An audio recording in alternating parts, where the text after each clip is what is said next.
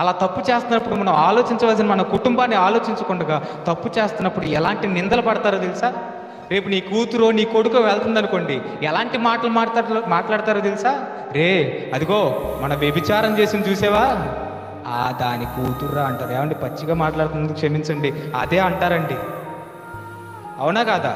దాని కూతుర్రా అది అంటారు. అంటారనరా?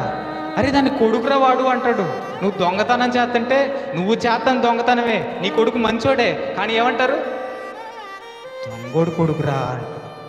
నువ్వు చేస్తున్న తాగుడు ఉంది చూసావా, అరే ఆ తాగుబోతాడు కొడుకురా ఇడు, ఆ తాగుబోతాడు కూతురురా ఇది అని మాట్లాడతారా? మాట్లాడరు? చెప్పండి. నువ్వు చేసే దౌర్భాగ్యపు పనికి, నువ్వు చేస్తున్న క్షణకాల ఆవేశానికి, నువ్వు చేస్తున్న వ్యభిచారానికి, నువ్వు చేస్తున్న దౌర్భాగ్యమైనటువంటి పనులన్నిటికీ నీ వలన నీ భర్త అపంసొపం తెలియని నీ భర్త నింద మోయాల్సి వస్తుంది. నీ పిల్లలు కూడా లేనిపోని మాటలన్నీ పడాల్సి వస్తుంది.